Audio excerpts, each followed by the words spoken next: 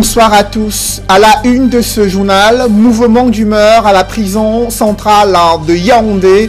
Arrêtés dans le cadre de la crise anglophone, des détenus manifestent leur exaspération contre les lourdeurs administratives et blocages qui entravent les procédures judiciaires. Vous les écouterez dans ce journal manifester leur ras-le-bol après 2 ans, voire 3 ans passés dans les prisons à Yaoundé sans être jugés. Nous en parlerons en ouverture de ce journal. Vous suivrez également une enquête réalisée dans le Nyon et Kélé, dans une localité qui croupit sous le sous-développement. Là-bas, les populations vivent un véritable calvaire, confrontées à un manque criard de routes viabilisées, l'absence des projets sociaux de base pour améliorer leur quotidien. Comment apprécient-elles le silence des pouvoirs publics face à leur misère? Élément des réponses dans ce journal.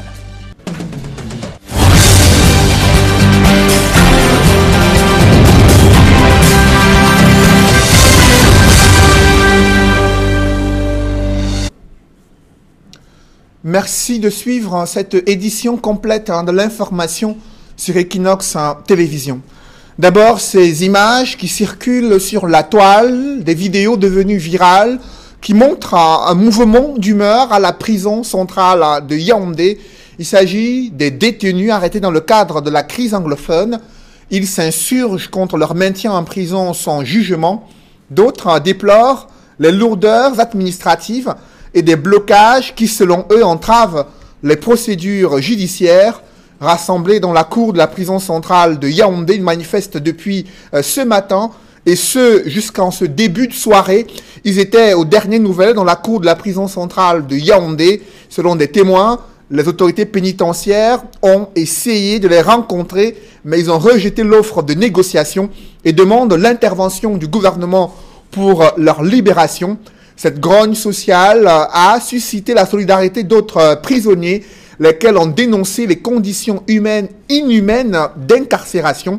Alors que ces manifestations se tiennent à la prison centrale de Yaoundé, aucune autorité administrative et pénitentiaire n'a confirmé officiellement ce mouvement d'humeur et les motifs évoqués par ces détenus à la prison centrale de Yaoundé.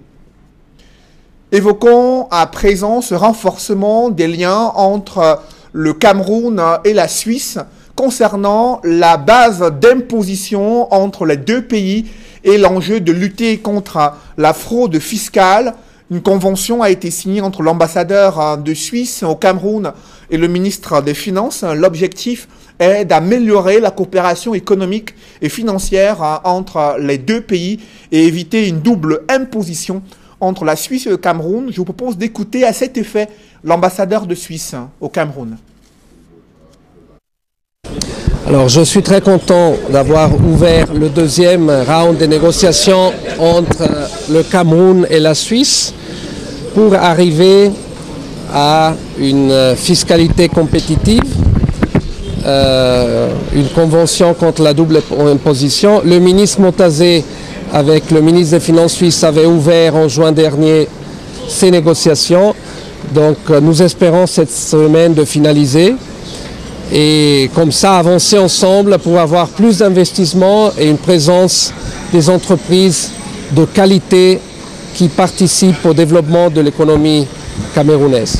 Des pays comme le Cameroun souffrent de ce que les grandes entreprises appellent souvent l'optimisation fiscale, c'est-à-dire des techniques comptables qui permettent à ces entreprises de moins déclarer leurs revenus parce que par des techniques comptables, on minore le revenu à déclarer, ce qui a pour conséquence de minorer les impôts à payer.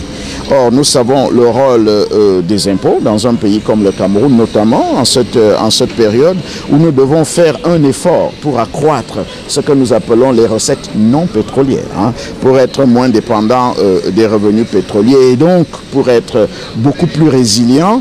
Et les impôts jouent un rôle important. C'est pour ça que cette bataille que nous menons également contre la fraude, contre ces optimisations fiscales qui minorent les revenus, les impôts à payer, est un un travail important. Nous avons la chance d'avoir avec nous aujourd'hui des partenaires avec qui nous travaillons et notre souhait est que le round qui s'ouvre aujourd'hui et qui doit s'achever dans quelques jours aboutisse effectivement à une convention qui permette aux deux pays de se dire qu'ils ont bien travaillé et que la convention permet maintenant d'éviter la double imposition et également les fraudes entre les deux pays. Parlons à présent de ce meeting RDPC tenu à Bafoussam. Il continue de susciter de vives réactions au sein de l'opposition. Elle dénonce une basse manœuvre du parti au pouvoir visant à surfer sur la fibre tribale afin de faire culpabiliser des Camerounais originaires de cette région et qui ont des ambitions politiques légitimes ou des revendications sociales à poser sur la table du gouvernement. Dans les rangs du parti au pouvoir, le RDPC, cette sortie des élites du RDPC à l'ouest est perçue comme une levée de bouclier contre une tentative de déstabilisation des institutions du Cameroun. D'autres précisions dans ce reportage que signe Donald Brice Kamgan. Une démonstration de force à Bafoussam ce week-end, c'est le commentaire que les soutiens du parti au pouvoir font du meeting de samedi dans le chef-lieu de la région de l'Ouest.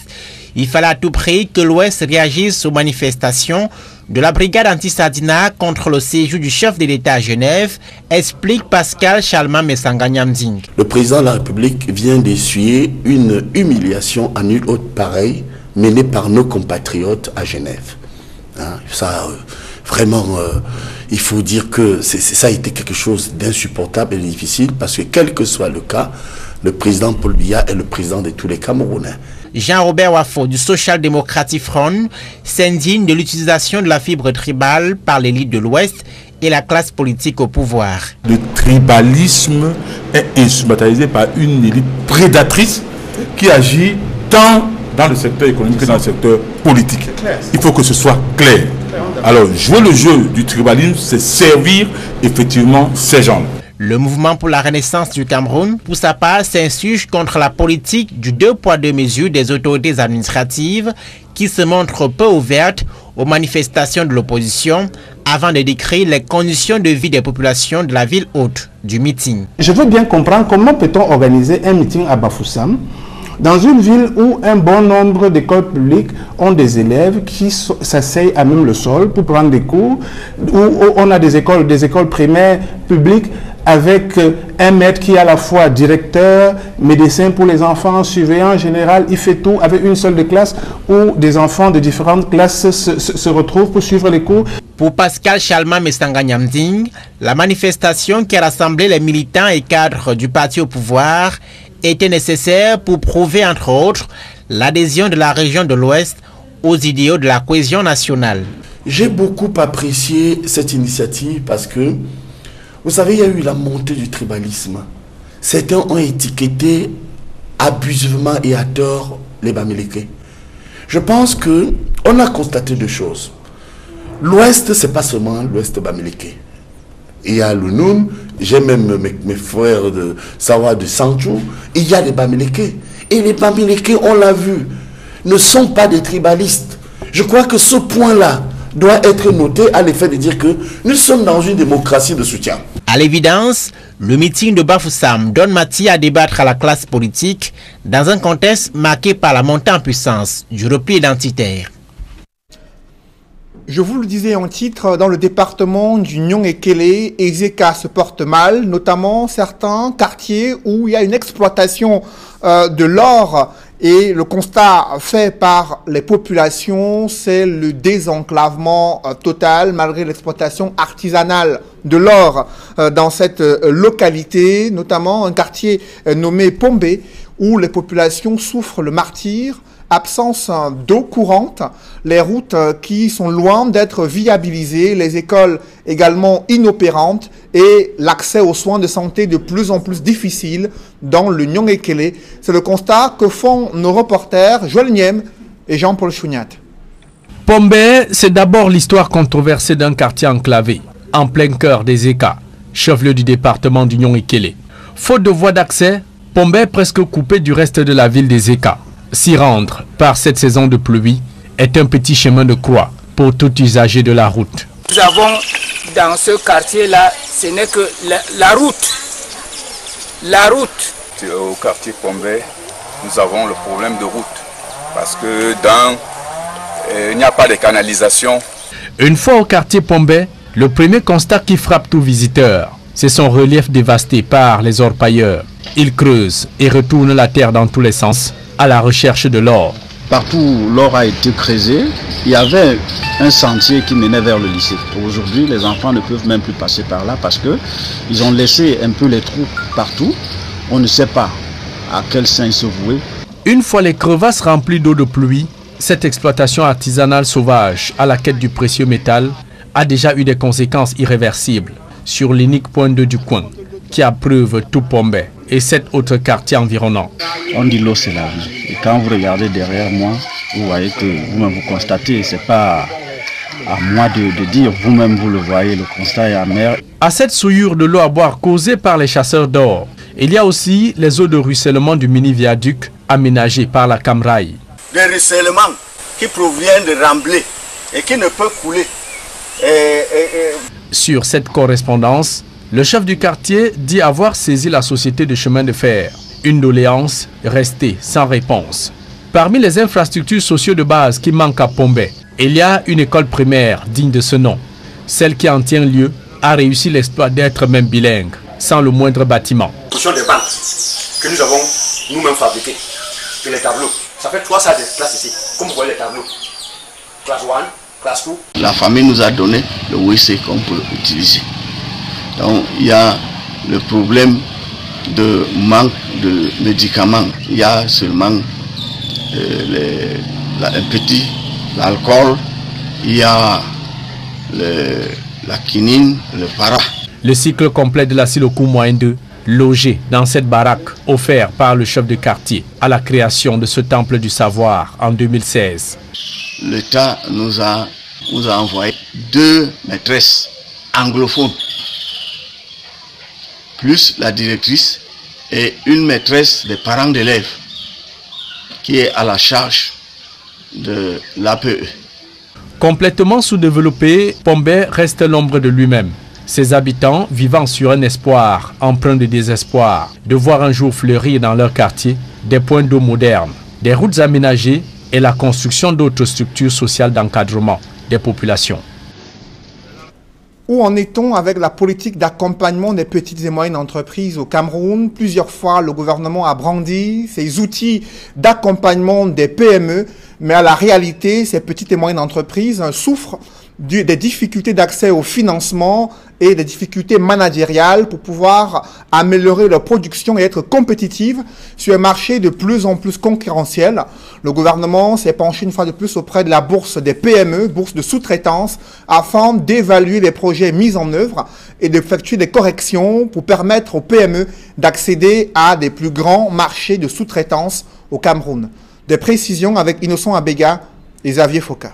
Selon un rapport sur la situation des PME au Cameroun, 61 000 entreprises ont été créées entre 2010 et 2016 et 11 000 autres ont vu le jour en 2017. Quel que soit leur secteur d'activité, le même rapport estime que plus de 58,4% de ces entreprises n'ont pas de capacité matérielle et financière pour stocker les matières premières. Autant de problèmes qui méritent l'attention des partenaires. Moi, je suis ici pour écouter d'abord, pour observer, voir ce que nous pouvons utilement faire. Il y a un certain nombre de projets qui sont soit en train d'être lancés ou en préparation dans le domaine de l'appui à la compétitivité, de l'appui à la PME camerounaise. Donc c'est certainement instructif de tenir compte des éléments qu'on a pu collecter aujourd'hui. Sinon, nous sommes aussi en dialogue avec les autorités camerounaises, avec les différents ministères, pour ce qui concerne le cadre plus large de l'entrepreneuriat au Cameroun, les conditions dans lesquelles les entreprises évoluent et qui peuvent favoriser davantage leur évolution. Pour mieux s'imposer sur le marché, après l'entrée en vigueur des accords de partenariat économique en 2016 et la libération de la circulation des biens entre les pays de la CEMAC, les PME camerounaises doivent améliorer leur système de production. La production en plusieurs sites. Et donc la production en plusieurs sites suppose le développement des chaînes de valeur et par conséquent la capacité à mettre nos PME, le petit et moyenne industrie également, en situation de pouvoir répondre aux besoins et aux attentes des donneurs d'ordre internationaux, des multinationales et autres. Donc de ce point de vue, la BSTP est un instrument que nous gagnerons à renforcer.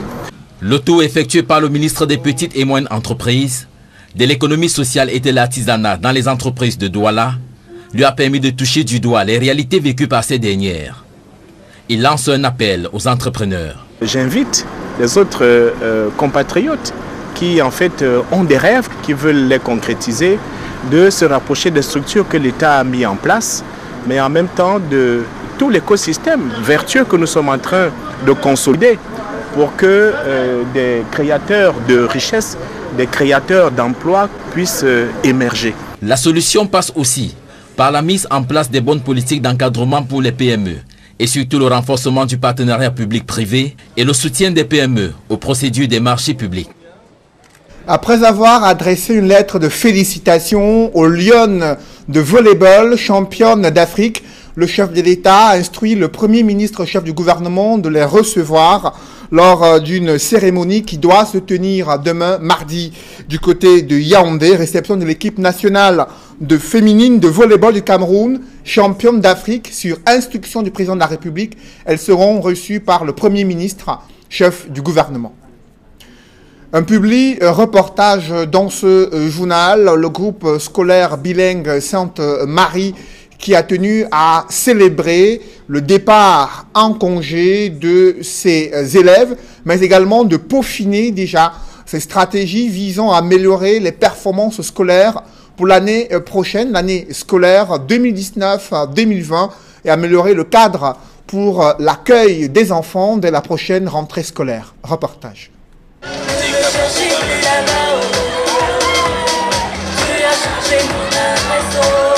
Le groupe scolaire bilingue Sainte-Marie du quartier Siméon 3, lieu-dit Sono City à Yaoundé, a clôturé son année scolaire 2018-2019 en juin dernier. C'est en 2 jours, dont le premier pour les tout petits de la maternelle et le second pour les enfants du primaire, que s'est déroulée cette cérémonie.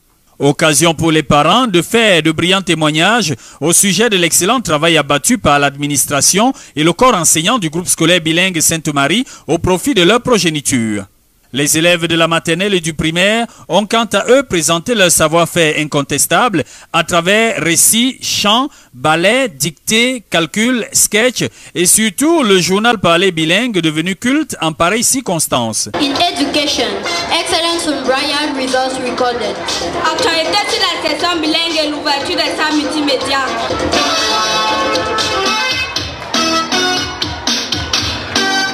Dans son discours bilan, le fondateur Bertin Tonleux du groupe scolaire bilingue Sainte-Marie a mis un point d'honneur sur les résultats enregistrés en fin d'année scolaire par les élèves de classe 6 et du cours moyen 2e année. Dans la section anglophone, 100% de réussite aux commandes entrance. Dans la section francophone, 100% dans tous les lycées sollicités. 100% de réussite au collège Jean Tabi, 100% au collège Jésus-Marie, 100% au collège Saint-Benoît, 100% au collège Vogt. Notons que c'est un élève du groupe scolaire bilingue Sainte-Marie qui a obtenu le 2e rang au concours d'entrée en 6e au collège Vogt avec une moyenne de 18,14 sur 20. C'est le nommé Tchakoté Kene Damien à qui le groupe scolaire bilingue Sainte-Marie a offert un ordinateur portable en signe d'encouragement. Comme les années antérieures, la moisson a été sans bavure pour les candidats du groupe scolaire bilingue Sainte-Marie au certificat d'études primaires et au First School Living Certificate. 100% de réussite, preuve que chaque maillon de la chaîne a rempli sa part du contrat. D'où les remerciements du fondateur aux conseillers pédagogiques, aux enseignants, aux élèves et à leurs parents. Relevons pour le marteler que le groupe scolaire bilingue Sainte-Marie compte 3 sections, notamment anglophones, francophones et bilingues intégrales, réparties dans 2 campus, 2 salles multimédia pour faciliter l'arrimage des élèves aux techniques de l'information et de la communication. I would recommend any parent who like the child to succeed, to be hardworking, to send the child to St. Mary. It is very, very wonderful. Il existe un établissement au Cameroun qui prônent l'excellence. Du côté de la section bilingue, ils sont parfaitement bilingues. En définitive, c'est un bilan très satisfaisant qui a été dressé au groupe scolaire bilingue Sainte-Marie en cette fin d'année 2018-2019, confirmant ainsi sa suprématie dans l'arrondissement de Yaoundé 3e et surtout sa devise, à savoir rigueur, travail, excellence. Mesdames, messieurs, c'est la fin de ce journal. Merci d'avoir suivi. Juste après cette édition de 20h, retrouvez Serge Alain Otto et ses invités pour le débrief du journal sur le plateau d'Equinox Soir. Serge Alain. Mouvement d'humeur ce jour à la prison centrale de Yaoundé. Il s'agit essentiellement des détenus arrêtés dans le cadre de la crise anglophone qui manifestent leur exaspération en raison de leur maintien en prison depuis près de 2 à 3 ans sans être jugés. D'autres déplorent des lourdeurs administratives et d'autres blocages qui entravent les procédures judiciaires les concernant.